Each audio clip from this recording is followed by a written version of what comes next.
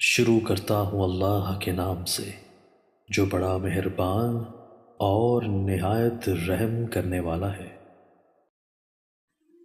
حضرت ابو ذر رضی اللہ تعالیٰ عنہ بیان کرتے ہیں، میرے خلیل نے مجھے 7 چیزوں کے متعلق حکم فرمایا۔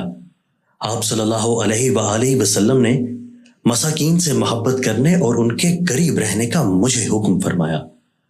آپ نے مجھے حکم فرمایا کہ میں اپنے سے کم تر کی طرف دیکھوں اور جو مجھ سے دنیا کے لحاظ سے برتر ہے اس کی طرف نہ دیکھوں۔ آپ نے مجھے صلہ رحمی کا حکم فرمایا اگرچہ وہ قطع رحمی کریں۔ آپ نے مجھے حکم فرمایا کہ میں کسی سے کوئی چیز نہ مانگوں۔ آپ نے مجھے حکم فرمایا کہ میں حق بات کروں اگرچہ وہ کڑوی ہو۔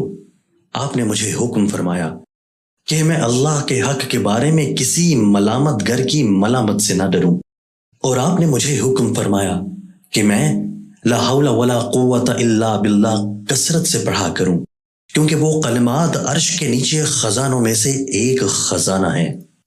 دوستو، اللہ تعالی ہمیں ان احادیث مبارکہ پر عمل کرنے اور اپنی زندگیوں کو سنوارنے کی توفیق عطا فرمائے۔